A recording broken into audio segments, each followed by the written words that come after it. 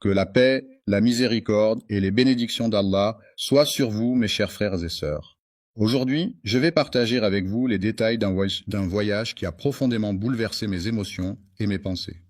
Imaginez un homme qui, par la volonté d'Allah, a été spécialement sélectionné pour accomplir une mission extraordinaire et pleine de sens. Il s'agit de l'histoire de l'humanité, un récit qui commence avec un homme qui, dans un premier temps, ignore complètement son rôle et son importance dans ce vaste récit. Dans un monde en ruine, il y a des individus qui sont constamment assaillis par le doute, qui se posent des questions incessantes et qui luttent en silence contre les épreuves qui se dressent sur leur chemin. Cependant, il est indéniable que cet homme est appelé à jouer un rôle crucial dans l'évolution des événements historiques. Il s'agit de le personnage tant attendu, qui était espéré avec impatience depuis longtemps par les fans, a enfin fait son apparition. L'imam al-Mahdi est une figure largement reconnue et respectée par de nombreuses personnes en raison de sa renommée et de son influence dans la communauté. Mais peu conscient de son voyage intérieur, un voyage mystérieux composé de découvertes surprenantes et de réflexions profondes. Il est fréquent de ressentir des doutes profonds et de se poser des questions sur sa solitude, jusqu'à ce qu'un message vienne éclairer la situation et apporter un peu de réconfort. Un message invisible, caché et mystérieux vient tout bouleverser en arrivant de manière inattendue, défiant la perception de ceux qui ne peuvent le voir. Ceux qui se contentent de regarder les choses en surface sans chercher à les approfondir, passent à côté de la richesse et de la profondeur des messages divins qui leur sont adressés. Un signal silencieux est un moyen de communication qui est transmis sans produire de son audible. Cela peut être utilisé dans divers contextes pour transmettre des informations de manière discrète, sans attirer l'attention des autres. Lorsque quelqu'un choisit Allah et décide de suivre sa voie, il peut être assuré que des bénédictions et des grâces spéciales lui seront envoyées par le Tout-Puissant. Dès cet instant, sa vie sera transformée et rien ne sera plus jamais comme avant. Plus jamais les choses ne seront comme avant. Ce constat, souvent sous-estimé, implique un changement profond et durable dans la situation présente. Le cheminement du mardi, jour de la semaine situé au 3e rang après le lundi et avant le mercredi, est une transition de l'obscurité, état de manque de lumière, vers la lumière, source de clarté et de visibilité. C'est également un passage du doute, état d'incertitude ou de questionnement, à la certitude, état de conviction ou de confiance absolue. Pas seulement le sien, le miroir est tendu à chacun de nous, offrant la possibilité de se voir tel que l'on est, sans artifice ni déformation, une réflexion sincère de notre propre être, ont provoqué en moi une profonde remise en question de mes croyances, de mes valeurs et de mes choix de vie. Il n'a jamais pris le temps de se tourner vers Allah pour chercher à comprendre quel est son rôle dans ce monde et pourquoi il est ici, en ce jour précis. Nous allons prendre le temps d'analyser en détail ce voyage mystérieux, en le décortiquant étape par étape pour en découvrir tous les secrets cachés. Nous allons scruter chaque aspect de cette aventure, explorer les moindres recoins et en révéler toute la richesse. Les signes qui entourent les luttes intérieures qu'il affronte sont nombreux et variés. Il peut s'agir de changements d'humeur fréquents, de difficultés. Assalamu alaikum wa rahmatullahi wa barakatuh, chers frères et sœurs. Nous sommes très honorés de vous avoir parmi nous ce soir. Qu'Allah vous récompense pour chaque seconde que vous consacrez à la recherche du savoir et à l'invocation de lui.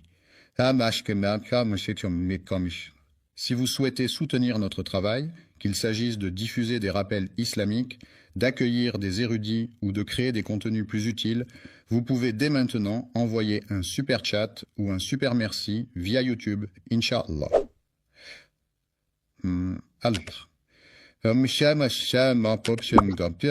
Vos contributions financent directement les efforts de Dawa, la modernisation de nos équipements, l'organisation de futurs événements et nous aident à atteindre davantage de cœurs avec le message de l'islam. À se concentrer, de troubles du sommeil, de perte d'appétit ou au contraire de compulsions alimentaires. Tous ces éléments témoignent de la complexité des défis auxquels il est confronté dans son monde intérieur.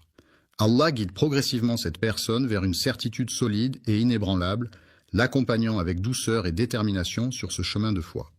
Ce récit s'inspire des textes des récits prophétiques tels que ceux présents dans les écrits des savants et des érudits de renom.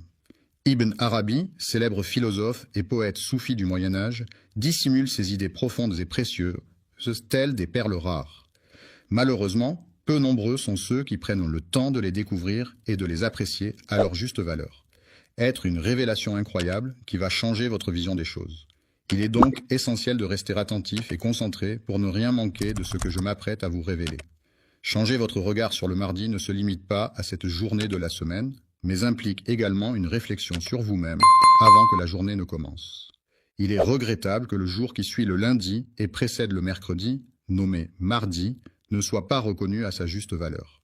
Il n'est ni un chef, c'est-à-dire une personne occupant une position de leadership et de responsabilité au sein d'un groupe, d'une organisation ou d'une communauté, ni un homme en quête de pouvoir, c'est-à-dire un individu désireux d'acquérir, de détenir ou d'exercer une autorité, une influence ou un contrôle sur les autres. Il mène une existence discrète et anonyme au sein de la société, se fondant parmi les individus comme tout autre croyant. Les pieux sont des éléments de construction utilisés pour soutenir des structures telles que des fondations, des ponts ou des quais. Ils sont enfoncés profondément dans le sol afin d'assurer la stabilité et la résistance de l'ouvrage. Les pieux peuvent être en bois, en métal ou en béton, en fonction des besoins et des contraintes du projet de construction.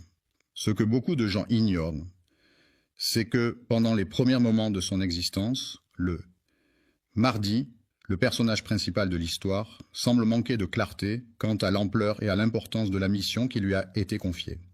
Des doutes semblent l'assaillir, le plongeant dans une certaine incertitude quant à la marche à suivre. Il questionne et observe attentivement le monde qui l'entoure, constatant qu'il est malheureusement empli d'injustice, de tyrannie et de déséquilibre. La corruption est un fléau qui ronge profondément la société. Son impact est tel que le cœur de celui qui en est victime en souffre intensément. Cependant, il ignore encore la véritable nature de ce qu'il ressent, ne réalisant pas pleinement les conséquences dévastatrices de la corruption sur sa vie et sur son environnement. Le changement de comportement est souvent le premier signe révélateur qu'il se passe quelque chose d'inhabituel en lui. Il est décrit de manière détaillée et précise dans le texte. Il existe de nombreux hadiths qui mettent en avant les qualités d'un homme au comportement exemplaire, humble et pieux.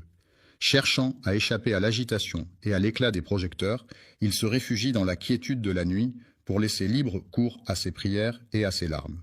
Il implore Allah pour obtenir des réponses à propos des péchés du monde, mais malheureusement, il ne reçoit pas de réponse. Encore une fois, il convient de souligner que cette personne n'est pas un héros public, mais plutôt un serviteur discret qui mène une vie modeste et réservée au sein de la société. Le doute, ce sentiment d'incertitude et de questionnement, peut parfois s'installer sans prévenir, sans qu'on ait une vision claire et précise de ce que l'avenir nous réserve. Ce doute sincère qui habite son cœur, ce questionnement profond et authentique qui le pousse à se tourner vers Allah, même face à l'inconnu qui l'entoure.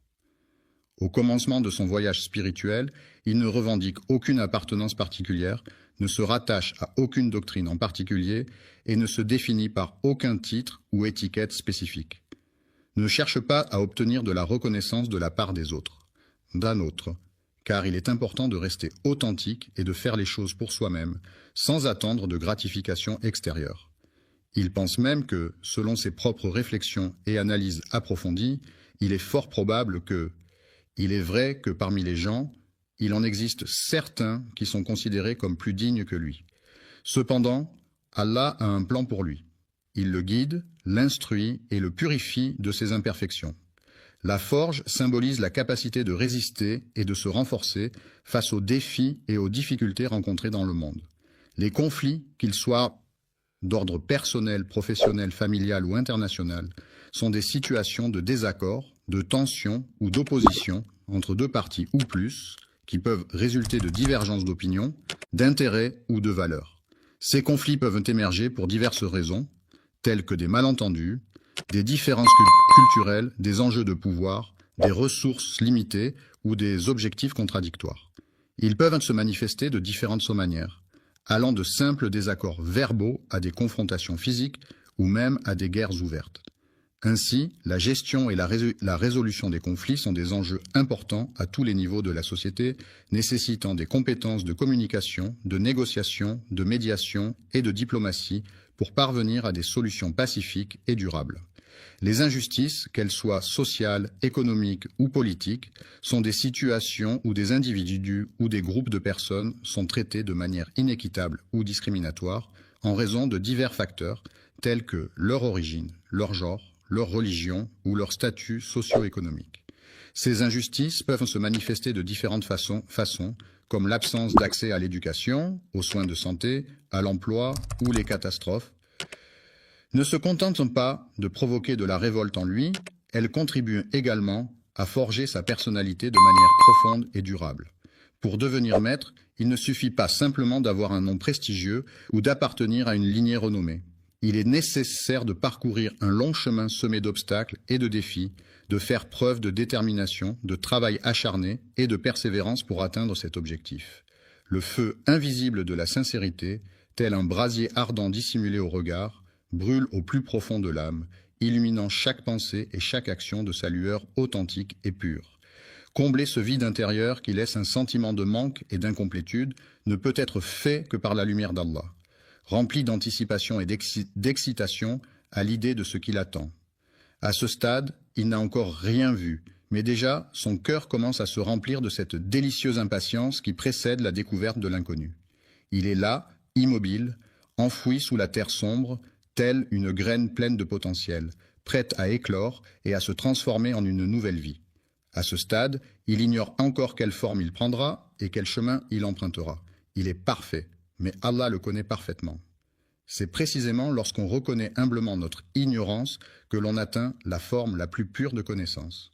Des certitudes sont des convictions profondes ancrées en nous, des vérités indiscutables qui guident nos actions et nos pensées. Elles représentent des éléments sur lesquels nous nous appuyons pour avancer dans la vie, des piliers sur lesquels nous construisons notre identité et nos choix.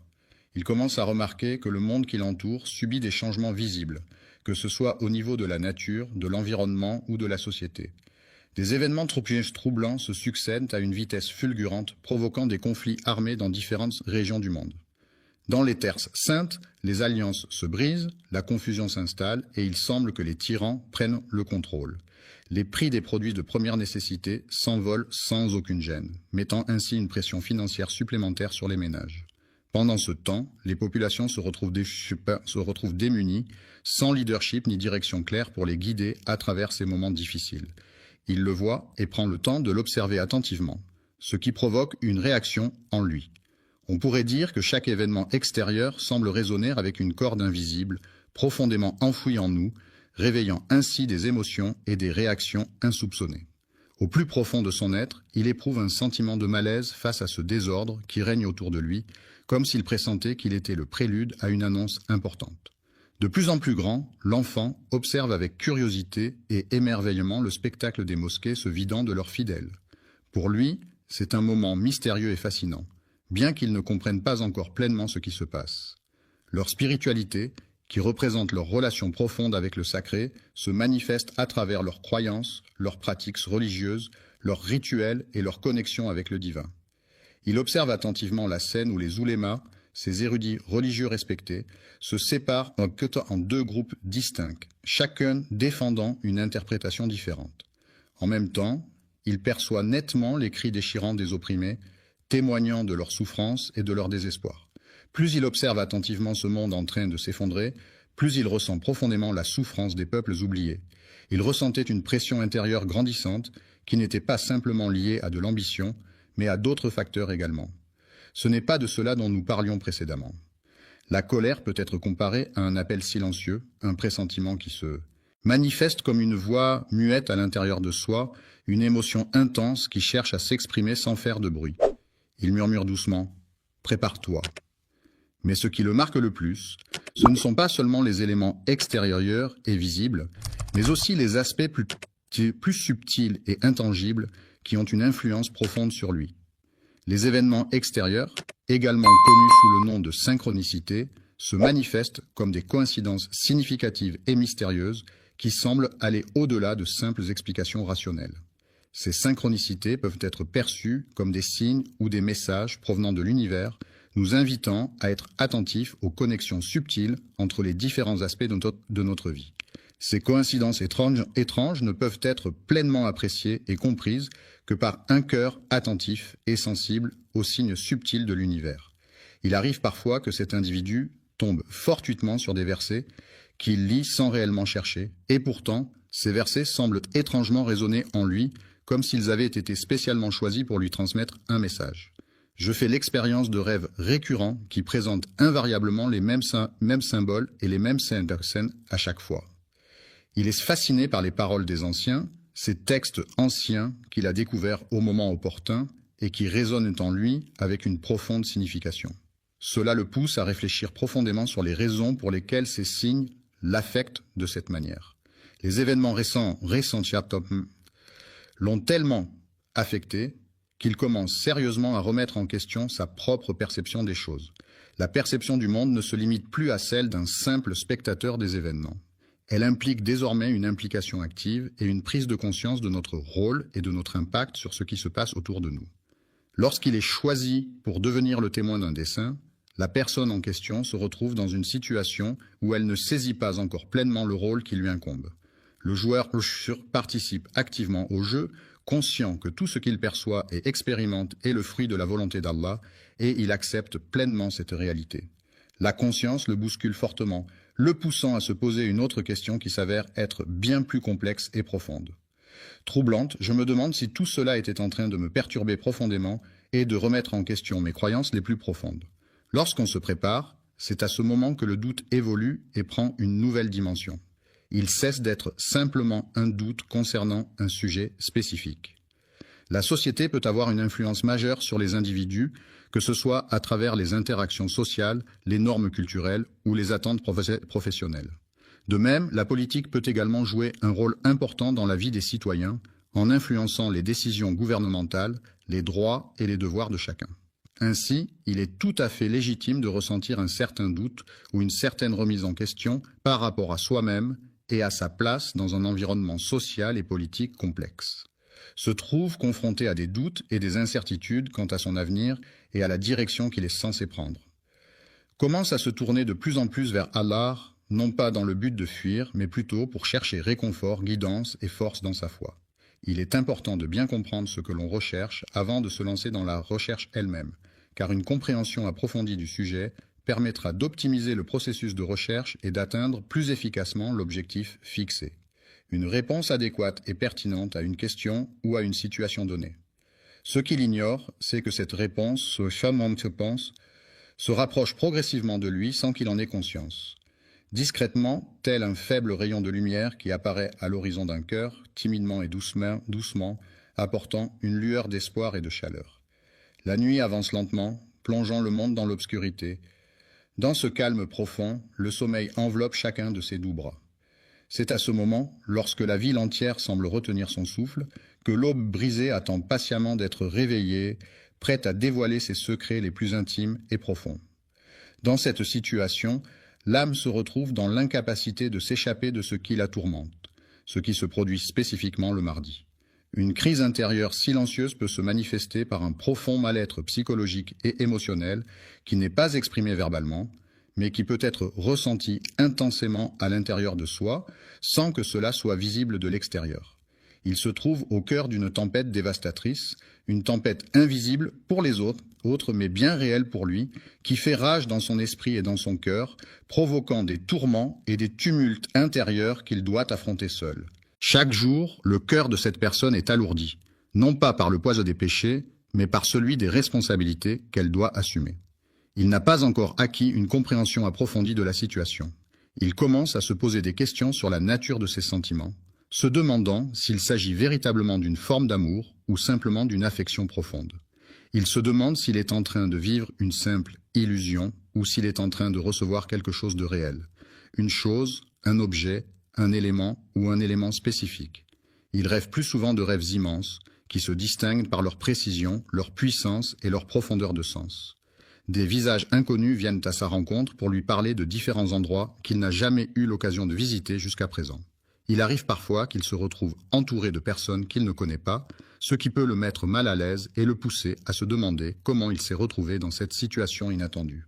Il arrive parfois que des individus prêtent allégeance à une cause ou à un groupe sans réellement comprendre les raisons profondes qui les poussent à le faire.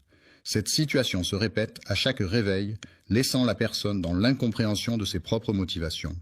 Avec le cœur profondément ému, il ne cherche pas seulement à interpréter les événements, mais il cherche avant tout à les comprendre et à en saisir toute la signification.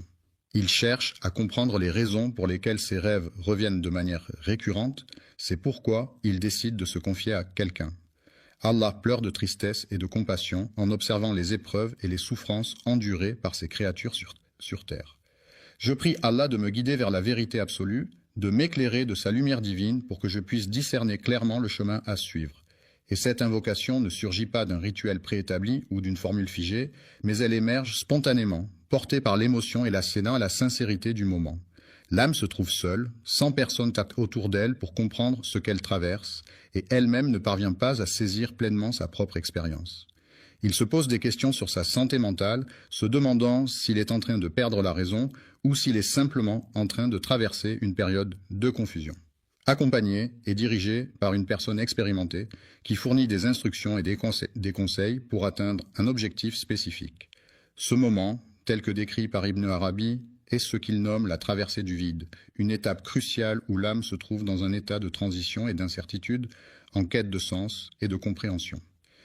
Elle se trouvait dans une situation délicate, oscillant entre le doute et la certitude, entre deux mondes qui semblaient s'opposer.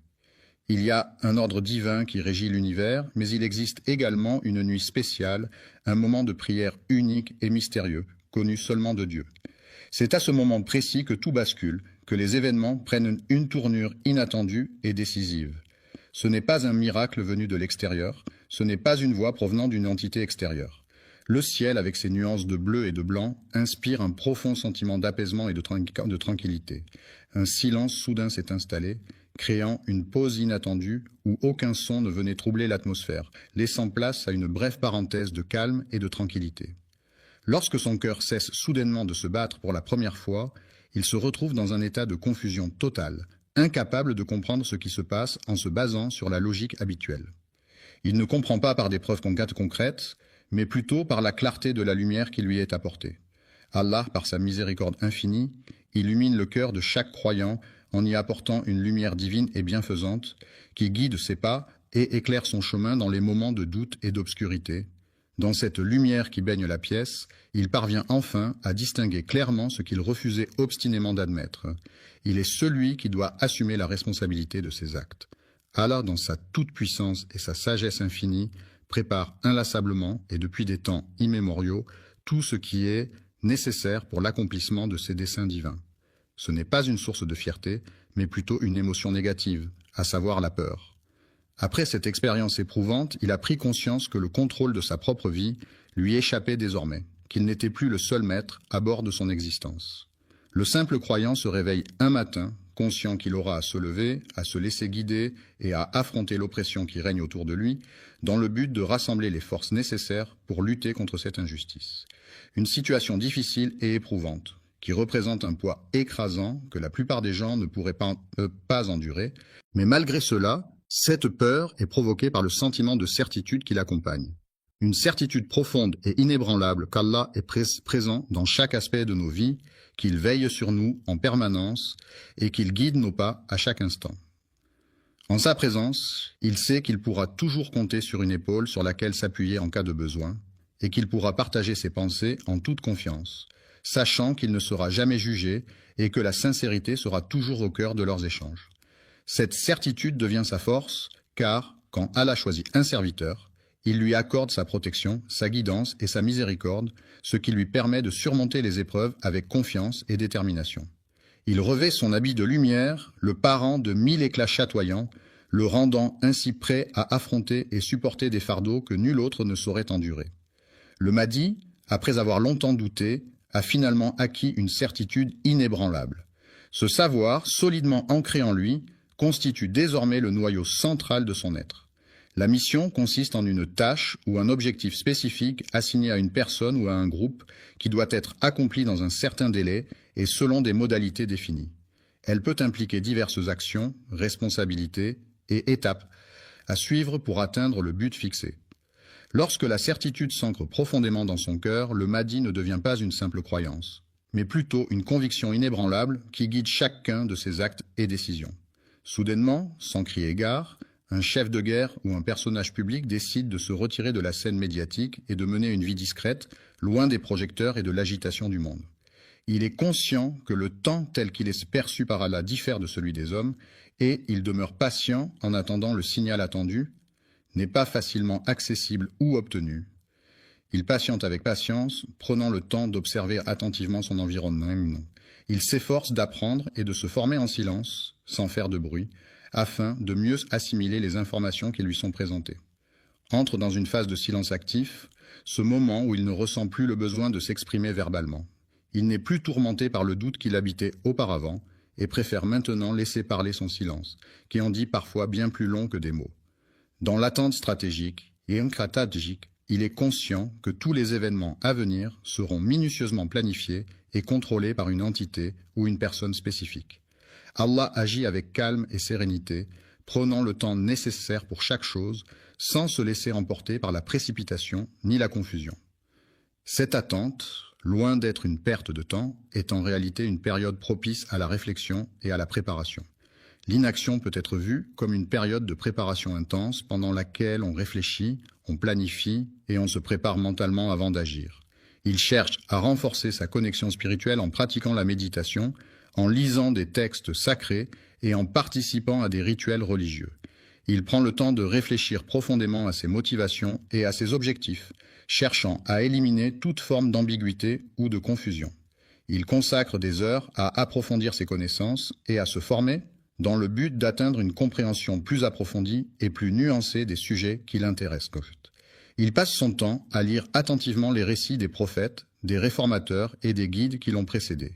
Il réalise qu'il sera confronté à des défis qui ressemblent fortement à ceux que d'autres ont déjà dû surmonter par le passé.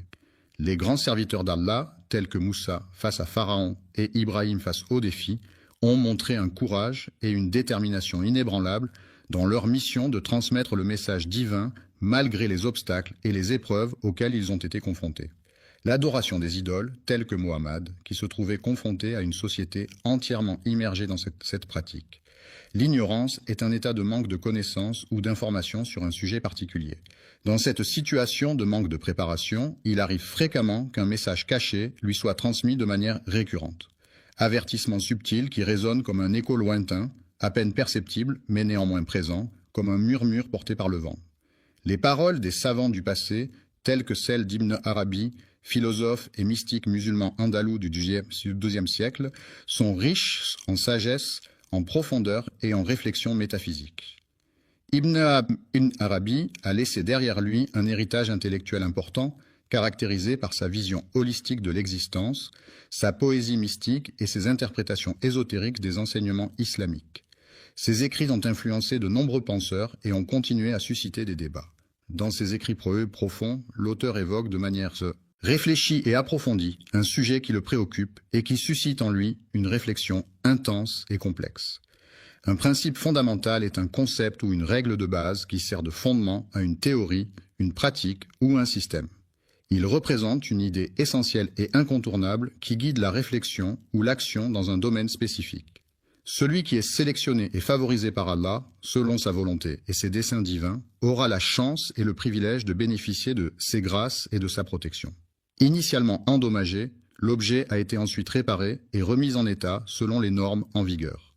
Le modèle divin, faisant référence à une entité ou à un être considéré comme parfait, idéal et d'une nature supérieure, est souvent utilisé pour symboliser la perfection et servir de guide moral ou spirituel dans diverses cultures et religions à travers le monde. Il lui rappelle avec insistance et de manière répétée que la tâche qu'elle doit accomplir est essentielle pour la réussite du projet en cours. La guidance n'est pas réservée à une élite ou à un groupe restreint de personnes, mais elle est accessible à tous ceux qui en ressentent le besoin. La responsabilité incombe à la personne spécifiquement désignée pour cette tâche. Allah doit être prêt à perdre tout ce qu'il possède, que ce soit des biens matériels, des êtres chers ou tout ce qui lui est cher et précieux. Il attache une grande importance à ce monde pour y trouver sa place et s'épanouir. Le mardi, il était entièrement absorbé par la réflexion sur l'au-delà, se plongeant profondément dans la contemplation de ce qui se trouve au-delà de notre existence terrestre. En méditant sur ces signes, il parvient à les comprendre et à en saisir la signification. Il sera confronté à différents peuples avec des cultures, des traditions et des modes de vie variés. Les soldats se retrouvaient dans une situation désespérée, confrontés à des ennemis particulièrement rusés et redoutables. Les savants corrompus, c'est-à-dire ceux qui ont détourné leur savoir à des fins malhonnêtes, ainsi que leurs compagnons qui les soutiennent dans leurs actions répréhensibles. Encore plongés dans un sommeil profond, ils devront se réveiller et s'unir à leurs compagnons pour commencer la journée.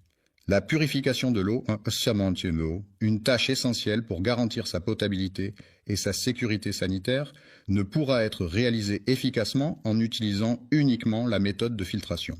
Cette approche se caractérise par une méthode directe et sans fioriture, privilégiant une transparence totale et une honnêteté sans faille. Envers Allah, par la véracité absolue de nos croyances, par la sincérité inébranlable de notre dévotion et par la fidélité inébranlable à ses enseignements sacrés. Il est important de prendre en considération les actions qu'il a entreprises ainsi que les décisions qu'il a prises. Les paroles, qui sont les mots prononcés ou chantés dans une chanson, constituent un élément essentiel de la musique.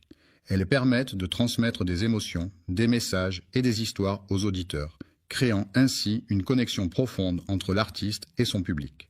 Les paroles peuvent être poétiques, engagées, romantiques, humoristiques ou introspectives, reflétant la diversité des expériences humaines et des sentiments universels. Elles sont souvent soigneusement écrites et choisies pour leur impact et leur capacité à toucher les gens d'une manière unique et personnelle. Il est conscient du fait que les premiers à agir auront un avantage certain par rapport aux autres participants. Reconnaître sa mission et comprendre pleinement son rôle au sein de l'organisation peuvent s'avérer être des tâches ardues pour certains individus en raison de la complexité des attentes et des responsabilités qui leur incombent. Il y a un grand nombre de personnes présentes à la réunion.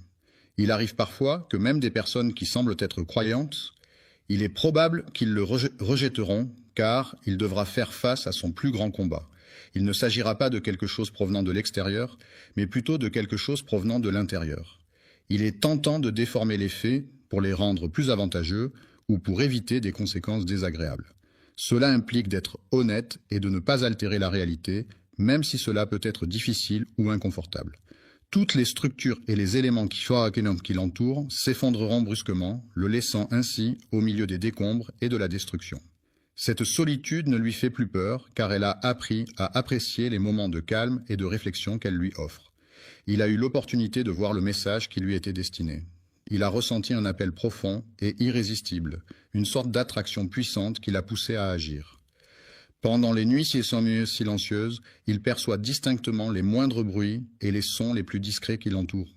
Ce que le monde ne veut plus écouter, c'est le bruit incessant, des conflits, des discours haineux et des divisions qui alimentent les tensions et les incompréhensions entre les individus. La promesse d'Allah, qui est mentionnée dans le Coran, est une garantie absolue et infaillible qui se concrétise systématiquement et de manière incontestable dans la vie des croyants. Mais cette opportunité n'est accessible qu'aux individus qui possèdent la compétence requise. La patience, cette qualité si précieuse, consiste en la capacité à supporter les difficultés et les contrariétés avec calme et sérénité, sans se laisser emporter par l'impatience ou la frustration. La certitude est un sentiment profondément ancré en lui qui guide chacun des pas de l'imam tout au long de son voyage. Al-Mahdi ne commence pas son règne en s'installant sur un trône majestueux et imposant, symbole traditionnel de pouvoir et d'autorité. Une armée ne se définit pas seulement par la présence de soldats en uniforme et d'armes visibles, mais aussi par une lutte invisible qui se joue en coulisses, impliquant des stratégies, des alliances et des tactiques secrètes. Une douleur intérieure peut se manifester de différentes manières, que ce soit sous forme de tristesse, d'anxiété, de frustration ou de tout autre sentiment négatif qui affecte profondément une personne au niveau émotionnel. Une quête de découverte de soi, de sens et de vérité, une aventure intérieure et profonde à la recherche de son identité et de sa place dans le monde. La vérité est ce qui correspond à la réalité telle qu'elle est, sans déformation ni mensonge. Elle constitue un reflet fidèle des faits et des événements tels qu'ils se sont réellement produits, sans ajout ni omission. La vérité est souvent recherchée pour sa capacité à éclairer les esprits, à guider les actions et à établir des fondations solides pour les relations humaines. Il observait en silence, caché dans l'obscurité, attentif à tout ce qui se déroulait autour de lui sans se faire remarquer. C'est une réalité à laquelle de nombreuses personnes sont confrontées au quotidien. Vivre sans quelque chose d'essentiel peut être une expérience difficile et bouleversante pour beaucoup d'individus. Il est impossible de trouver les mots justes pour décrire cette situation. C'est Allah, dans sa sagesse infinie, qui sélectionne avec soin et attention ceux dont le cœur est empli de douleur et de chagrin, les éprouvant ainsi d'une manière particulière. Il est important de noter que la vérité ne réside pas nécessairement du côté de ceux qui crient le plus fort.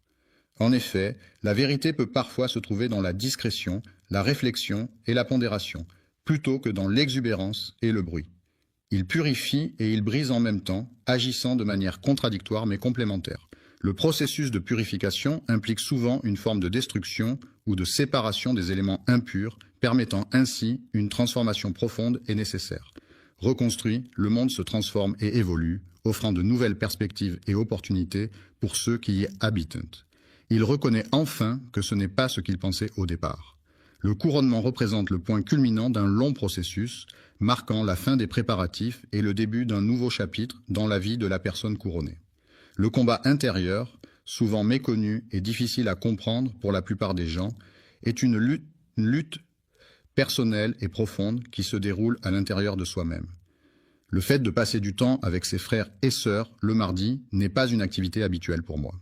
Un mythe est une histoire traditionnelle qui a été transmise de génération en génération, souvent utilisée pour expliquer des phénomènes naturels, des coutumes ou des croyances.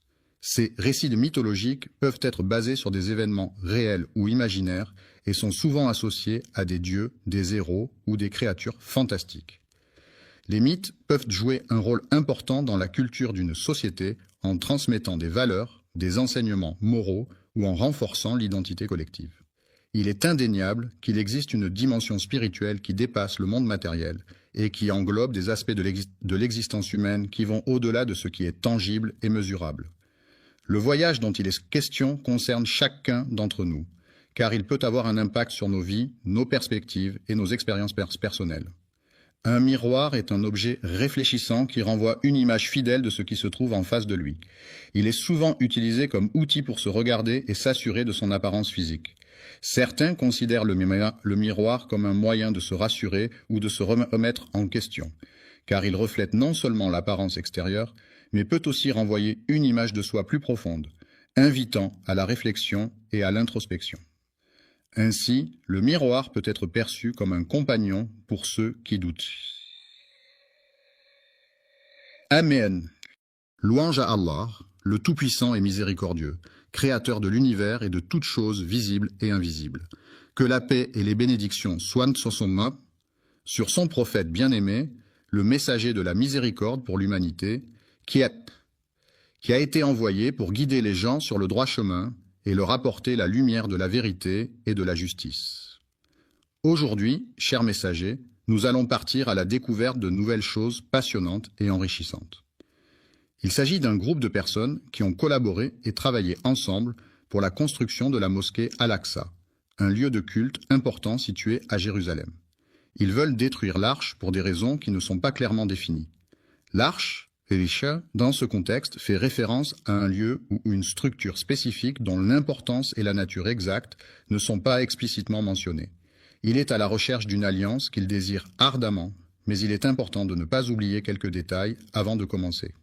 Chers spectateurs, nous vous invitons cordialement à prendre quelques instants pour adresser une prière ou une pensée positive en faveur de nos frères et sœurs. Les habitants de Jérusalem se sentent opprimés en raison de diverses pressions politiques, sociales et économiques qui pèsent sur la ville depuis de nombreuses années. Les tensions historiques, les conflits religieux et les revendications territoriales contribuent à créer un climat de stress et d'incertitude parmi la population locale. L'article pour demander la protection et la guidance divine, ainsi que la paix intérieure et la force pour faire face aux défis du quotidien. Cette vidéo représente le strict minimum que nous pouvons faire pour répondre aux attentes de notre public et maintenir notre présence en ligne. Ce que nous pouvons faire pour obtenir l'acceptation d'Allah, c'est implorer sa miséricorde et sa clémence, l'invoquer avec sincérité et dévotion, multiplier les actes d'adoration et de bienfaisance, suivre les enseignements du prophète Mohammed, que la paix et les bénédictions d'Allah soient sur lui, et chercher à améliorer constamment notre comportement et nos actions pour gagner son agrément. Les actions que nous entreprenons et les invocations que nous formulons. La mosquée Al-Aqsa est l'un des lieux les plus sacrés de l'islam, situé à Jérusalem, en Palestine. C'est le troisième lieu saint de l'islam après la Mecque et Médine. La mosquée Al-Aqsa est un symbole de la foi musulmane et de l'importance de Jérusalem dans l'histoire religieuse. La première direction de prière vers laquelle les musulmans se tournaient au tout début de l'islam, avant que la Qibla ne soit changée pour la Kaaba à la Mecque, était Jérusalem. Cela faisait partie des premières pratiques religieuses instaurées par le prophète Mohammed et ses compagnons. Les débuts de l'islam ont vu les premiers musulmans pratiquer leur foi sans encore recevoir l'ordre d'Allah de se tourner vers la Qibla. La Kaaba est également connue sous le nom de la mosquée sacrée de la Mecque. C'est un lieu de culte central pour les musulmans du monde entier vers lequel ils se tournent lors de leurs prières quotidiennes. L'islam est considéré comme le lieu béni où les anges descendent du ciel pour transmettre les messages divins. C'est également l'endroit où les prophètes, choisis par Dieu, ont prié et reçu des révélations pour guider et enseigner les croyants. Le prophète Mohammed, que la paix et les bénédictions de Dieu soient sur lui, a vécu un événement extraordinaire et miraculeux, connu sous le nom d'Isra et Miraj. Il a été transporté de la Mecque à Jérusalem lors de l'Isra, où il a effectué un voyage nocturne, et ensuite il a été élevé aux cieux lors du Miraj, où il a rencontré plusieurs prophètes et a reçu les commandements de la prière. Un voyage nocturne est un déplacement effectué pendant la nuit, lorsque la lumière du jour a disparu et que l'obscurité règne. C'est une expérience particulière qui peut offrir des sensations différentes par rapport à un voyage diurne, avec des paysages souvent transformés par la nuit et une atmosphère plus calme et mystérieuse. Le Saint-Coran est le livre sacré de l'islam révélé par Allah au prophète Mohammed, que la paix et les bénédictions, assalamu alaykum et rahmatullah, et barakatuh, mes chers frères et sœurs, qu'Allah vous bénisse tous. Avant de commencer, je tiens à vous informer que le super chat est activé sur cette vidéo. Si vous vous sentez inspiré par le message ou si vous souhaitez soutenir la chaîne et nous aider à diffuser les paroles de l'islam à travers le monde, n'hésitez pas à utiliser la fonction de super chat pendant la diffusion en direct. Chaque contribution nous aide à poursuivre ce travail de la dawa, Inch'Allah. Soit sur son prophète bien-aimé, le messager de la miséricorde pour l'humanité, qui a été envoyé pour guider les gens sur le droit chemin et leur apporter la lumière de la vérité et de la justice. Aujourd'hui, chers messagers, nous allons partir à la découverte de nouvelles choses passionnantes et enrichissantes. Il s'agit d'un groupe de personnes qui ont collaboré et travaillé ensemble pour la construction de la mosquée Al-Aqsa, un lieu de culte important situé à Jérusalem. Ils veulent détruire l'arche pour des raisons qui ne sont pas clairement définies.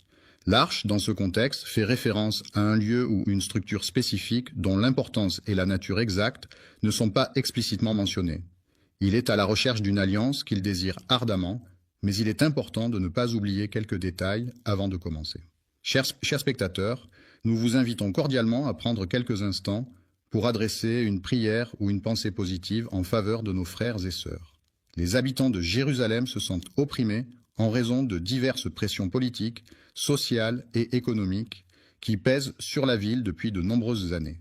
Les tensions historiques, les conflits religieux et les revendications territoriales contribuent à créer un climat de stress et d'incertitude parmi la population locale. L'article pour demander la protection et la guidance divine, ainsi que la paix intérieure et la force pour faire face aux défis du quotidien. Cette vidéo représente le strict minimum que nous pouvons faire pour répondre aux attentes de notre public et maintenir notre présence en ligne.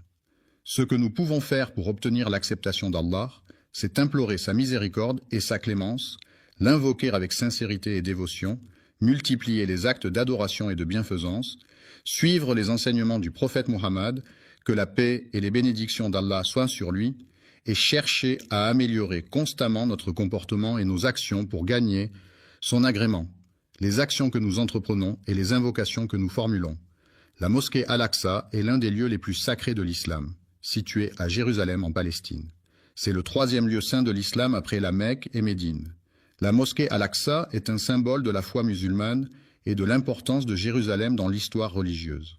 La première direction de prière vers laquelle les musulmans se tournaient au tout début de l'islam, avant que la Qibla ne soit changée pour la Kaaba à la Mecque, était Jérusalem.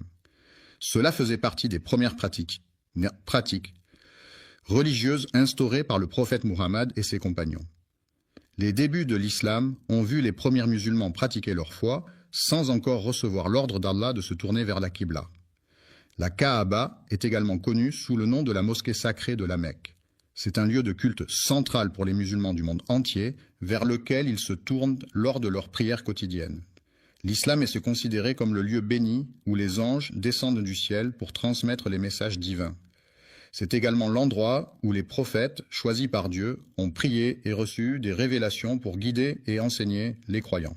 Le prophète Mohammed, que la paix et les bénédictions de Dieu soient sur lui, a vécu un événement extraordinaire et miraculeux, connu sous le nom d'Isra et Miraj.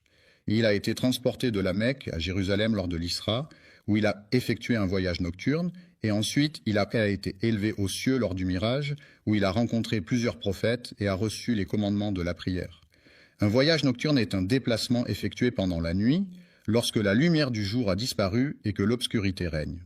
C'est une expérience particulière qui peut offrir des sensations différentes par rapport à un voyage diurne, avec des paysages souvent transformés par la nuit et une atmosphère plus calme et mystérieuse. Le Saint-Coran est le livre sacré de l'islam révélé par Allah au prophète Muhammad, que la paix et les bénédictions d'Allah soient sur lui à travers l'archange Gabriel. Louange à Dieu qui a permis à son serviteur de voyager de nuit. Le serviteur travaille à la mosquée sacrée, un lieu de culte important pour les musulmans situé à la Mecque. Alhamdulillah, je vois un beau soutien arriver dans le super chat. Qu'Allah récompense chacun de vous. Votre soutien nous aide à atteindre plus de cœurs et d'âmes avec la beauté de l'islam. Si vous regardez et souhaitez également participer, cliquez simplement sur l'icône super chat et envoyez votre message. Jazakum Allah khayran. En Arabie Saoudite. Nous continuons notre réflexion sur la mosquée Al-Aqsa, lieu saint situé à Jérusalem, dont nous avons béni les alentours. La mosquée Al-Aqsa, également connue sous le nom d'Al-Aqsa, est située à Jérusalem et est considérée comme le troisième lieu saint de l'islam. Il est recommandé de voyager vers la ville de Médine après avoir visité la mosquée sacrée de la Mecque. Cette ville est en effet un lieu saint pour les musulmans, car c'est là que se trouve la mosquée du prophète ainsi que sa tombe. De plus, Médine est riche en histoire et en spiritualité, offrant aux visiteurs l'opportunité de se plonger davantage dans la culture islamique. La ville de la Mecque, située en Arabie Saoudite, est un lieu saint pour les musulmans du monde entier. C'est là que se trouve la mosquée du prophète Mohammed, appelée Masjid al-Haram. Cette mosquée a une histoire riche et ancienne qui remonte à plusieurs siècles. C'est le lieu de pèlerinage annuel pour des millions de fidèles lors du Hajj, l'un des 5 piliers de l'islam. La Terre Sainte est une région chargée d'histoire et de spiritualité depuis des millénaires. De nombreux prophètes y ont vécu et prié, laissant ainsi une empreinte indélébile sur ce territoire sacré. Protection. Cependant, malgré les mesures mises en place pour assurer sa sécurité, cette mosquée bénie a été la cible de nombreuses tentatives visant à perturber sa tranquillité et sa sérénité. La ville sera le théâtre de la grande destruction causée par les croisés, qui laisseront derrière eux un paysage de ruines et de désolation. La bataille de la fin des temps, également connue sous le nom de la bataille finale, est un événement majeur dans de nombreuses croyances et religions à travers le monde. Elle est souvent décrite comme le point culminant de l'histoire humaine, marquant la fin des temps tels que nous les connaissons. Selon certaines traditions, cette bataille sera suivie du rassemblement de l'humanité au jour du jugement dernier, où chacun sera jugé selon ses actions et ses croyances. Le jugement a eu lieu à l'endroit où se trouve la mosquée Al-Aqsa. La mosquée Al-Aqsa est située à Jérusalem, plus précisément sur le mont du Temple, dans la vieille ville. C'est le troisième lieu saint de l'islam et un site d'une grande importance historique et religieuse pour les musulmans. La ville est située dans la région du sud-est de Jérusalem, qui se trouve au cœur de la Palestine. Elle a été érigée sur une zone géographique spécifique, marquée par son histoire et sa culture. Une colline très haute et centrieuse, connue sous le nom de la colline de Moria Al-Aqsa, est composée de plusieurs éléments distincts. La ville regorge de bâtiments et de monuments, comptant plus de 200 sites remarquables tels que des dômes imposants, des églises historiques, des musées renommés, des statues emblématiques et bien d'autres merveilles architecturales à découvrir. Le cours des mosquées est orné de magnifiques mihrabs, de majestueux minbars, de hauts minarets, de puits d'eau fraîche et de nombreux autres éléments architecturaux et décoratifs. La mosquée Al-Aqsa, située à Jérusalem, a été construite en premier par le calife omeyyade Abd al-Malik au 8e siècle. Elle est considérée comme le 3e lieu saint de l'islam, après la Mecque et Médine. Un lieu de prière qui a été construit sur terre après la mosquée sacrée de la Mecque, qui est le lieu le plus saint de l'islam et vers lequel les musulmans du monde entier se tournent pour prier. Un jeune homme, âgé d'une vingtaine d'années, se tenait debout devant le magasin, observant attentivement les passants. Le prophète a exprimé une parole pleine de sagesse et de guidance dans un hadith rapporté par l'un de ses compagnons fidèles. Abou est un artiste talentueux qui excelle dans le domaine de la musique, où il déploie tout son savoir-faire et sa passion pour offrir des créations uniques et captivantes à son public. La musique est un art universel qui se manifeste à travers une combinaison de sons organisés de manière harmonieuse, rythmée et mélodieuse. Elle peut évoquer des émotions, des souvenirs, des sensations et des pensées, et elle est présente dans toutes les cultures à travers le monde, jouant un rôle important dans la vie quotidienne des individus. J'ai demandé au messager d'Allah une question importante concernant un sujet. Avant de terminer, je tiens à remercier tous ceux qui ont soutenu via Super Chat aujourd'hui, qu'Allah accepte votre sadaqa et bénisse votre risque. N'oubliez pas d'aimer, de partager et de vous abonner si vous avez trouvé cette vidéo bénéfique. Et si vous souhaitez soutenir le contenu futur, Super Chat est toujours disponible pendant nos sessions en direct. Gardez-nous dans vos doigts et jusqu'à la prochaine fois. Assalamu alaikum wa rahmatullahi wa barakatuh. Religieux qui me préoccupait. La première mosquée jamais construite sur terre est la mosquée sacrée à la Mecque. C'est en effet le lieu saint le plus ancien de l'islam, où les musulmans se rendent en pèlerinage pour accomplir le Hajj. J'ai posé une question, puis il a répondu en me disant qu'il se rendait à la mosquée. Le hadith a été rapporté par l'imam al-Bukhari dans son recueil de hadiths authentiques, ainsi que par l'imam Muslim dans son Sahih, qui sont parmi les recueils les plus fiables et les plus respectés dans la tradition islamique. Quelle est la période entre la fin de la Renaissance, marquée par des événements tels que la mort de Léonard de Vinci en 1519 et le début du siècle des Lumières, caractérisée par l'émergence de mouvements intellectuels et philosophiques au XVIIIe siècle en Europe? La construction de la Kaaba, ce lieu saint situé à la Mecque, a été ordonnée par le prophète Ibrahim, Abraham et son fils Ismaël selon les croyances musulmanes. Ce monument a une grande importance dans l'islam car il est considéré comme la maison de Dieu sur terre et est au cœur du pèlerinage annuel, le Hajj. Il s'est écoulé une période de 40 ans entre les deux événements, peu importe l'endroit où tu te trouves lorsque l'heure de la prière arrive. Viens prier, car tout autour de toi, la terre entière s'offre comme un lieu de culte où tu peux te recueillir et te connecter spirituellement. La mosquée Al-Aqsa, située à Jérusalem, est l'une des plus anciennes mosquées du monde. Certains historiens affirment que sa construction remonte au 8e siècle, ce qui en fait un lieu de culte d'une grande importance historique et religieuse. C'est la communauté des Jébusiens, habitants de la région depuis plusieurs générations, qui a entrepris la construction du mur sud bien avant la naissance de la personne en question. L'islam, cette religion monothéiste fondée au 7e siècle par le prophète Mahomet, a profondément marqué l'histoire de Jérusalem. En effet, les premiers habitants de cette ville étaient des peuples anciens qui pratiquaient déjà des formes de spiritualité et de culte bien avant l'avènement de l'islam. Ce sont les habitants de la région qui ont construit la ville avant l'arrivée du prophète Ibrahim, que la paix soit sur lui. Abraham, le prophète bien-aimé d'Allah, a accompli ses prières avec une ferveur sincère et profonde dans cette magnifique mosquée. Il a prié pour le bien-être et la guidance de son fils bien-aimé Ismaël, ainsi que pour son autre fils Isaac, que la paix soit sur eux. Le petit-fils, c'est-à-dire le fils du fils ou de la fille d'une personne, est un membre de la famille qui occupe une place particulière. Il est généralement le descendant direct d'un grand-parent et est souvent choyé et aimé par ses grands-parents. Le lien qui unit un grand-parent à son petit-fils est souvent très fort et empreint de tendresse et de complicité. Yacoub, que la paix soit sur lui, a également vécu dans cet endroit. Le contrôle de Jérusalem, ça a été transféré à plusieurs reprises au cours de l'histoire. Les pharaons ont exercé leur domination sur les Amalécites pendant une longue période, jusqu'à ce qu'Allah envoie un messager pour mettre fin à cette situation. Le prophète Daoud, que la paix soit sur lui, a été chargé par Dieu de guider et de conseiller les enfants d'Israël, en les rappelant à l'importance de suivre les enseignements divins et de rester sur le droit chemin. Le fils du prophète entreprit un projet de reconstruction et d'agrandissement de la mosquée Al-Aqsa. Sulayman, que la paix soit sur lui, a hérité du trône de son père, le roi David, ainsi que de la sagesse et de la richesse qui accompagnaient cette responsabilité.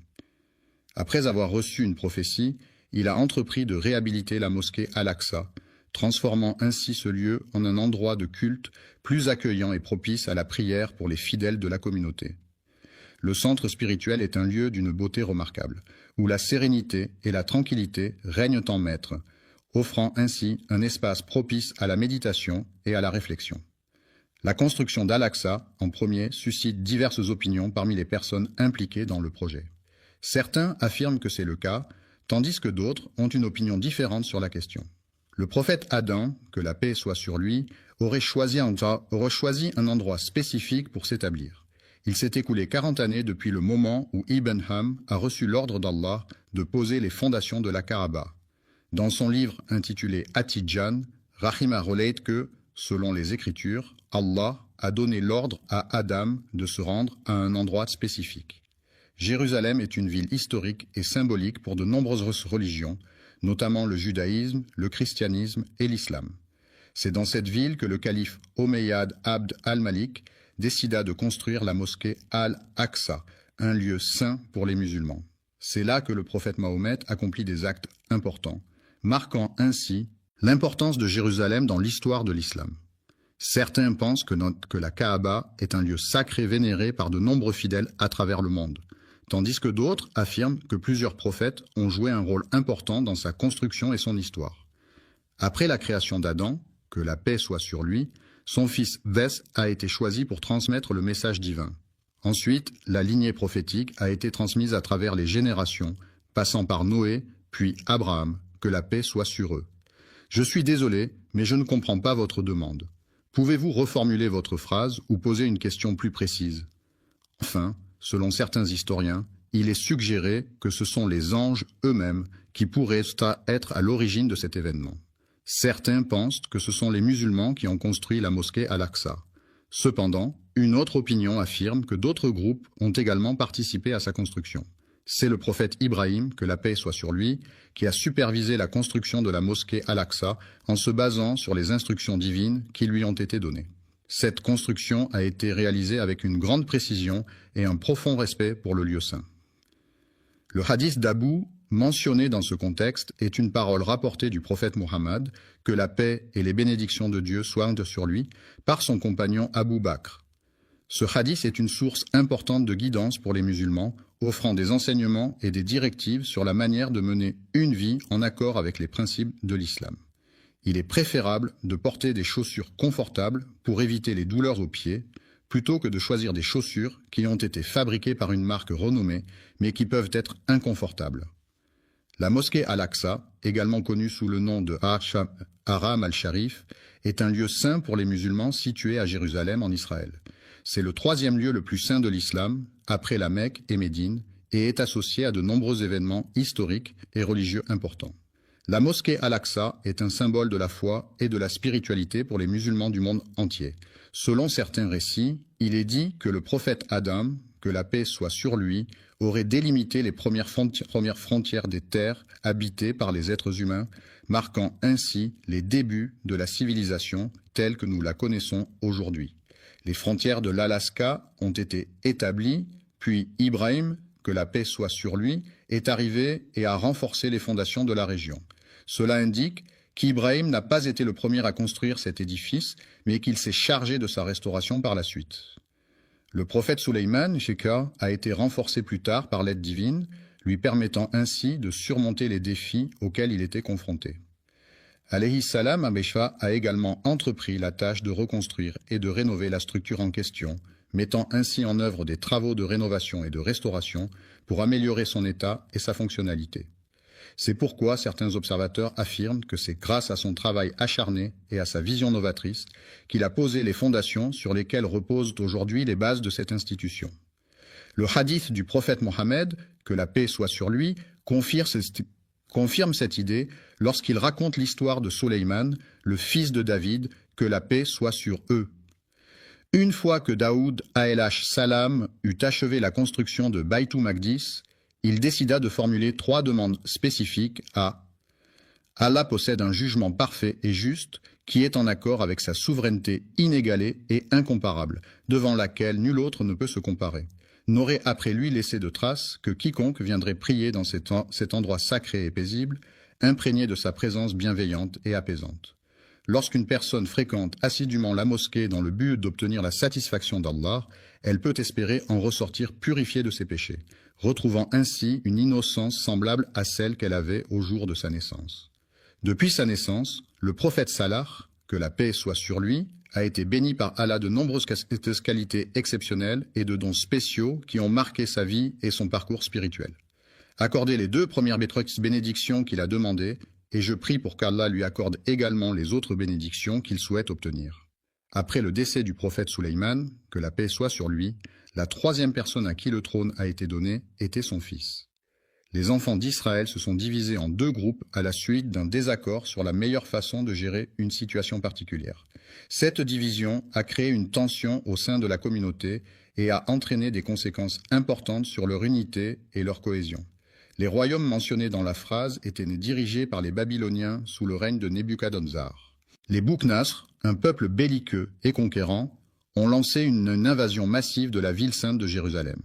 Leur armée puissante a réussi à conquérir la ville et à capturer de nombreux juifs, qu'ils ont ensuite déportés vers des destinations inconnues, laissant derrière eux un paysage de désolation et de tristesse.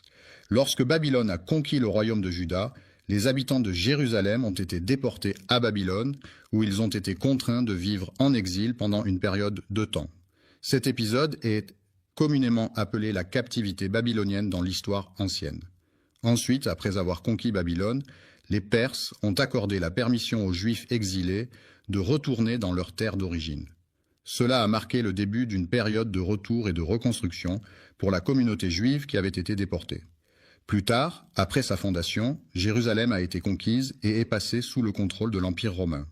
C'est pendant la période de gouvernance des rois Hérode et Ponce Pilate que le prophète Issa, Jésus, que la paix soit sur lui, a vécu et enseigné. Les habitants de la région attendaient avec impatience l'arrivée de l'islam qui allait apporter des changements significatifs dans leur vie quotidienne, notamment en termes de croyances, de pratiques religieuses et de valeurs. De plus, ils aspiraient à la libération de leur peuple de l'oppression et de l'injustice qui sévissaient depuis trop longtemps. Après l'avènement de l'islam, les musulmans de la région d'Al-Andalus ont entrepris la conquête de Jérusalem, une ville sainte pour les 3 grandes religions monothéistes que sont le judaïsme, le christianisme et l'islam. Cette conquête a marqué un tournant majeur dans l'histoire de la région, avec des implications politiques, religieuses et culturelles profondes. Le califat de Ouar ibn al-Attab, qui était le successeur du prophète Mohammed dans la gouvernance de la communauté musulmane, prit la décision de la restauration de la mosquée Al-Aqsa, qui a été laissée à l'abandon pendant des siècles, est un projet majeur qui vise à redonner à ce lieu de culte toute sa splendeur et sa fonctionnalité. Ce processus de restauration implique non seulement la rénovation des structures physiques de la mosquée, mais aussi la préservation de son histoire et de sa signification culturelle et religieuse. Tout au long de l'histoire, le bâtiment principal a été le cœur névralgique de l'ensemble du site, accueillant divers événements, cérémonies et activités essentielles à la vie de la communauté. La prière à la mosquée Al-Aqsa et à la mosquée Al-Qibli, sous le règne du calife Omeyyade Muawiyya Ayyer, était un acte de dévotion important pour les fidèles de l'époque. Ces lieux saints revêtaient une grande importance spirituelle et symbolique, et les croyants affluaient en grand nombre pour y accomplir leurs prières, exprimant ainsi leur attachement à leur foi et à leur communauté religieuse. Abifian a pris la décision de restaurer entièrement sa maison, la reconstruisant en utilisant des matériaux solides tels que la pierre. Ce projet de rénovation a été réalisé avec soin et minutie, dans le but de redonner à la maison son éclat d'antan. Le règne du calife Abd al-Malik ibn Marwan a été marqué par une phase de rénovation d'une ampleur sans précédent. Durant cette période, de nombreux projets de construction et de réaménagement ont été entrepris dans tout le califat, témoignant de la volonté du calife de moderniser et d'embellir les villes sous son autorité. Il a été décidé de construire le dôme du rocher à proximité de la mosquée Al-Aqsa. Cet édifice, également appelé Qubbat as-Sakra, a été érigé sur l'esplanade des mosquées à Jérusalem. Une question cruciale se pose. Pourquoi est-ce qu'ils veulent détruire? Quels sont les motifs qui les poussent à vouloir causer une telle destruction? La mosquée Al-Aqsa, également connue sous le nom de Haram al-Sharif, est un lieu saint pour les musulmans situé à Jérusalem en Palestine. C'est le troisième lieu le plus saint de l'islam, après la Mecque et Médine. La mosquée Al-Aqsa est un symbole de l'histoire et de la spiritualité islamique et elle est un lieu de prière et de rassemblement pour les fidèles du monde entier. Allah nous a déjà mis en garde contre les manigances des Juifs qui cherchent à semer la corruption dans le monde. Il est important de rester vigilant et de ne pas tomber dans leurs pièges, car leur objectif est de semer le chaos et la discorde. Dans le Coran, Allah mentionne qu'il a établi des décrets pour les enfants d'Israël, comme il est écrit dans le livre saint. Il est fort probable que vous rencontriez la corruption sur Terre à plusieurs reprises, car il s'agit malheureusement d'un phénomène récurrent qui peut se manifester de différentes manières et à différents moments de votre vie. Les personnes qui élèvent le Coran avec un orgueil excessif révèlent en réalité leur nature profonde et leur manque d'humilité. Leur complot est un plan, élaboré et soigneusement conçu, dans lequel ils excellent en utilisant la ruse et la manipulation pour parvenir à leur fin. Le mensonge est un acte qui consiste à déformer la vérité dans le but de tromper autrui. En semant le mensonge, on crée un climat de méfiance et d'incertitude qui peut mener à la corruption et à l'injustice. En effet, lorsque les individus sont induits en erreur par des mensonges, ils peuvent prendre des décisions préjudiciables pour eux-mêmes ou pour autrui. De plus, le mensonge peut détourner les gens du chemin de la vérité et de l'intégrité, les éloignant ainsi de valeurs essentielles à une société juste et équilibrée. Ils attisent les conflits et les guerres au nom d'Allah, contribuant ainsi à propager les péchés et les discordes parmi les gens. Les perversions sont des comportements sexuels considérés comme déviants par rapport aux normes sociales et culturelles en vigueur. Elles peuvent se manifester de différentes manières, telles que des fantasmes sexuels atypiques, des pratiques sexuelles non conventionnelles ou des attirances pour des objets inanimés. Ces comportements peuvent être source de souffrance pour la personne qui en est affectée, ainsi que pour son entourage. Les individus en question ont commis l'acte de mettre fin à la vie des prophètes, en plus de les avoir diffamés et rejetés. Les mécréants ont exprimé leur hostilité envers les anges d'Allah, ces êtres célestes purs et dévoués, chargés de transmettre les messages divins et d'exécuter les commandements du Créateur de l'univers. Afin d'éviter de tomber dans les pièges qui pourraient nous être tendus, il est essentiel de rester constamment vigilant et sur nos gardes. Il est important de chercher à comprendre les véritables intentions des individus, car celles-ci peuvent en révéler leur objectif ultime, qui pourrait être de causer des dommages ou de détruire quelque chose. Alexa et ses fidèles ont décidé de bâtir un temple en l'honneur de leur divinité, affirmant ainsi leur engagement envers leur foi et leur dogme religieux. Central et non négociable signifie que cet élément est fondamental, essentiel, et qu'il ne peut en aucun cas être remise en question ou discutée. Cela implique que cette caractéristique est primordiale et qu'elle doit être respectée sans exception. Ils ne sont venus en Palestine que pour une seule raison, à savoir pour assister à la cérémonie de mariage de leur cousin éloigné. Ils occupent cette terre pour la simple raison qu'ils ont un projet à réaliser. Le projet en question a complètement anéanti tous les espoirs de voir un jour la paix s'installer durablement. La coexistence pacifique entre les différentes communautés religieuses est une valeur fondamentale à préserver. Cependant, il semblerait que certains individus aient des intentions bien plus sinistres. En effet, il semblerait que leur véritable dessein soit de détruire la mosquée Al-Aqsa, un lieu de culte d'une grande importance pour de nombreux fidèles, afin d'y construire quelque chose de nouveau à la place. Ils ont construit leur prétendu temple sur des ruines. Cependant, il est important de se demander ce que le mot « temple » signifie réellement.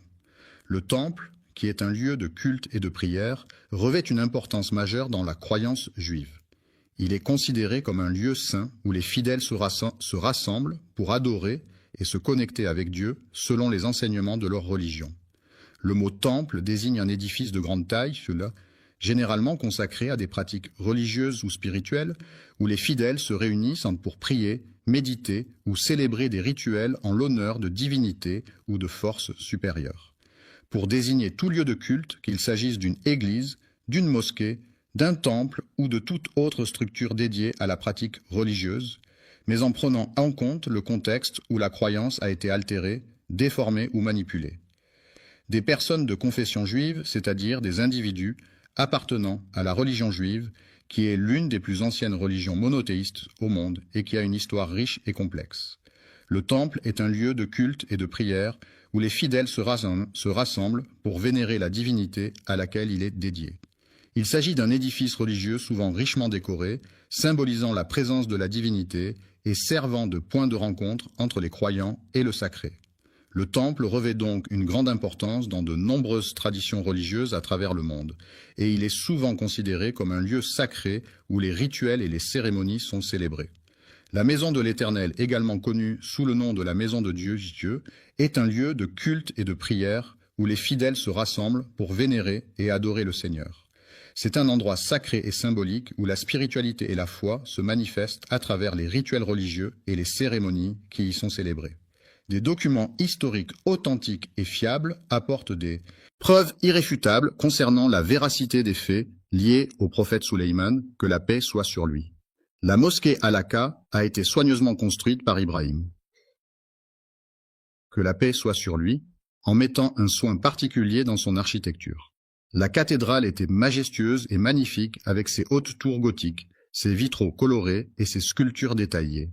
Cependant, certains individus de confession juive, qui se sont égarés dans leurs croyances, ont malheureusement propagé des mensonges et des fausses informations à son sujet.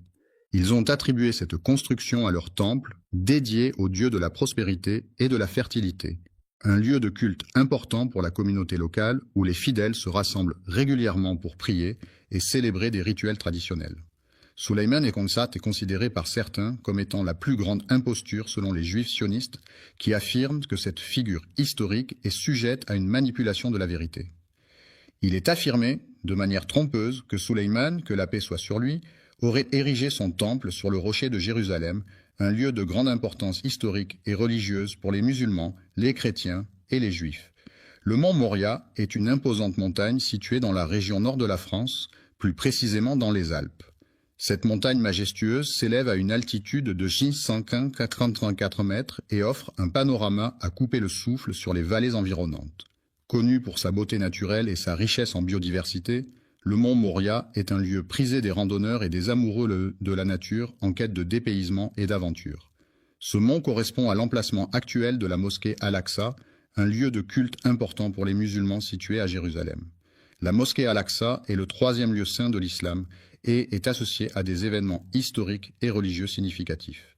Le dôme du rocher, situé à Jérusalem, est souvent appelé à tort le mont du Temple par certaines personnes. Il est dit que le seul vestige restant de leur temple imposant et majestueux serait un mur chargé d'histoire et de spiritualité, connu sous le nom de mur des lamentations. Il est prévu que nous partions en vacances en Arabie Saoudite. Ils ont complètement altéré la vérité en modifiant de manière délibérée et trompeuse les faits initiaux. Selon l'histoire, il est affirmé que la construction du temple de Salomon a été un projet d'une grande envergure nécessitant des années de planification, de travail acharné et de compétences architecturales exceptionnelles. La domination de l'empire babylonien a perduré pendant plus de 3 siècles, jusqu'à ce que le roi Nabuchodonosor II prenne le pouvoir. Après la destruction de Babylone, il est essentiel de rechercher et de documenter avec précision les faits historiques afin de retracer de manière authentique et fidèle les événements qui ont eu lieu dans cette cité antique de Mésopotamie. Le premier édifice construit dans cette région était une petite maison en pierre, située au bord de la rivière, entourée de quelques arbres fruitiers et d'un jardin potager soigneusement entretenu par les habitants du village. Le site d'Al-Aqsa a été restauré à plusieurs reprises au fil du temps afin de préserver son histoire et sa valeur patrimoniale. Ces restaurations ont permis de maintenir l'intégrité du site et de le rendre accessible au public pour les générations futures. Après Ibrahim, que la paix soit sur lui, plusieurs prophètes ont prié dans la grotte d'Al-Aqsa, y compris Zacharia, que la paix soit sur lui. Salam à Yahya, que la paix soit sur lui. salam à Issa ibn Maryam, que la paix soit sur lui, et salam même à notre prophète. Mohammed, que la paix soit sur lui, est considéré par les musulmans comme le dernier prophète envoyé par Dieu pour transmettre sa parole et guider l'humanité. Les héritiers du prophète Sulayman, que la paix soit sur lui, se distinguent des Juifs égarés par leur attachement aux enseignements divins et leur fidélité à la voie tracée par ce noble prophète. Les habitants de la cité de Thamud, à qui Allah a envoyé le prophète Sulayman, que la paix soit sur lui, n'ont malheureusement pas reconnu sa véritable mission prophétique. Au lieu de le considérer comme un messager divin, ils l'ont minimisé à un simple sorcier ou magicien, ignorant ainsi la grandeur de son message et de sa mission. Un roi, dans le but de promouvoir et de légitimer son idéologie, a délibérément altéré les faits historiques à son avantage. Le sionisme est un mouvement politique et idéologique qui prône l'établissement et le soutien d'un État juif en Israël, considéré comme le foyer national du peuple juif. Ce mouvement a émergé à la fin du XIXe siècle en réponse aux persécutions et discriminations subies par les Juifs en Europe. Sulayman, paix soit sur lui, a entrepris la construction de la mosquée Al-Aqsa dans le seul but de créer un lieu dédié à l'adoration exclusive d'Allah, où les fidèles pourraient se rassembler pour prier et se rapprocher de leur Créateur. L'adoration pure d'Allah, qui consiste à reconnaître et à vénérer uniquement le Créateur de l'univers, est en opposition totale avec ce que les Juifs considèrent comme une imposture, c'est-à-dire des croyances ou des pratiques qui ne sont pas en accord avec la pureté de l'adoration divine. Le prophète Sulayman, que la paix soit sur lui, a construit le temple d'Al-Aqsa dans le but spécifique de le consacrer à l'adoration exclusive d'Allah. D'Allah le très miséricordieux et le très clément. L'unicité de Dieu est un concept fondamental dans de nombreuses religions monothéistes, telles que le christianisme, l'islam et le judaïsme. Il s'agit de la croyance en un seul Dieu, suprême et indivisible, qui est à l'origine de toute création et qui détient un pouvoir absolu sur l'univers. Cette unicité divine est souvent associée à des attributs, tels que l'omnipotence. La glorification d'Allah, qui est l'adoration la plus élevée et la plus pure, est un acte de dévotion profonde et de reconnaissance envers le Créateur de l'univers, qui mérite d'être loué et honoré en tout temps et en toutes circonstances.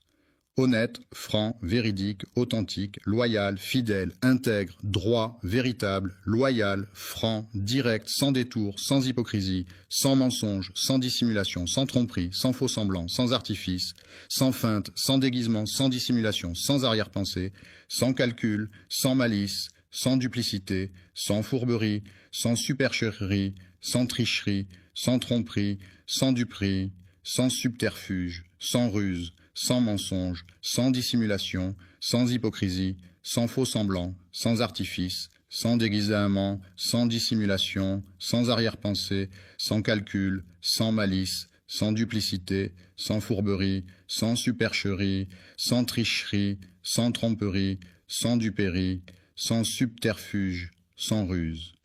Ils ont commis le grave péché de falsifier la parole d'Allah en lui associant des partenaires, shirk, ce qui est une transgression majeure aux yeux de l'islam. L'associationnisme est une théorie psychologique qui postule que les idées se forment par association d'éléments simples pour créer des concepts plus complexes. Cette approche met l'accent sur les liens entre les idées et les expériences harmonieuses passées, soulignant l'importance des associations mentales dans la formation de la pensée et du comportement. Ils ont proféré des insultes à l'encontre d'Allah, le Tout-Puissant, en commettant l'acte odieux de prendre la vie de personnes innocentes. Les prophètes, dans différentes traditions religieuses à travers le monde, sont des individus considérés comme des messagers de Dieu ou des divinités. Ils jouent un rôle crucial en transmettant des messages divins, en guidant les croyants sur le chemin de la foi et en les exhortant à suivre les préceptes religieux. Ces figures prophétiques sont souvent vénérées pour leur sagesse, leur intégrité et leur dévouement à la spiritualité, et sont source d'inspiration pour de nombreux fidèles cherchant à approfondir leur relation avec le divin. Le prophète Daoud, paix soit sur lui, est totalement innocent de toute implication dans le polythéisme de son peuple. Il a toujours maintenu sa foi en un Dieu unique, malgré les pratiques polythéistes de ceux qui l'entouraient. Leur mensonge consiste à revendiquer de manière mensongère un héritage qui ne leur appartient pas légitimement. Mais il est important de souligner que les individus en question ont été identifiés comme étant des individus qui ont tendance à ne pas dire la vérité, à avoir des comportements pervers et à agir de manière malhonnête. Les criminels se demandent pourquoi les Juifs ont choisi de venir en ce lieu. La Palestine n'est pas simplement un lieu où les gens viennent chercher refuge ou une nouvelle maison, mais c'est aussi une terre chargée d'histoire, de culture et de traditions profondément enracinées. Lors de la période de colonisation, les colons avaient ça pour objectif principal de propager leur religion et de convertir les populations autochtones à leur foi. L'idéologie en question repose entièrement sur une interprétation erronée d'une prophétie issue du Coran, un texte sacré de la tradition judaïque. Ils ont falsifié des documents dans le but de prendre le contrôle des lieux saints de Jérusalem, considérés comme la terre promise dans les textes religieux. Leur objectif final est de détruire la mosquée d'Al-Aqsa, un lieu saint pour les musulmans, situé à Jérusalem, et de construire à la place ce qu'ils appellent un nouveau bâtiment. Selon leurs croyances, l'accomplissement de cette mission est perçu comme un moyen de garantir le salut et la protection des Juifs, conformément à la volonté d'Allah à leur égard. Il est nécessaire de mettre en place une stratégie efficace pour anéantir complètement leurs croyances dans le temple, en s'assurant de démanteler chaque pilier de leur foi et en mettant en place des mesures pour éviter les conflits qui pourraient nous amener à nous entretuer, car la protection de soi et de nos proches est une priorité essentielle. Les frères se battent contre leur mal, comme tu le sais déjà. Ô Allah, je te prie de les anéantir complètement, de les réduire à néant et de les éliminer de manière totale et définitive. La bénédiction est présente sur terre, dans les profondeurs de la mer et même dans les vastes étendues du ciel. Que la paix soit sur notre prophète signifie que nous souhaitons que la tranquillité, la sécurité et la bénédiction divine accompagnent et protègent le prophète. Mohammed, il est important que nous restions solidaires les uns avec les autres, en nous soutenant mutuellement dans les moments difficiles et en faisant preuve d'empathie et de compassion. Frères et sœurs en Palestine, unissons-nous dans un esprit de solidarité et de fraternité pour faire face ensemble aux défis qui se dressent devant nous et pour œuvrer à la construction d'un avenir meilleur pour notre peuple. Nos prières ferventes et nos efforts inlassables dédiés à leur bien-être et à leur succès. Le soutien est une aide, un appui ou un accompagnement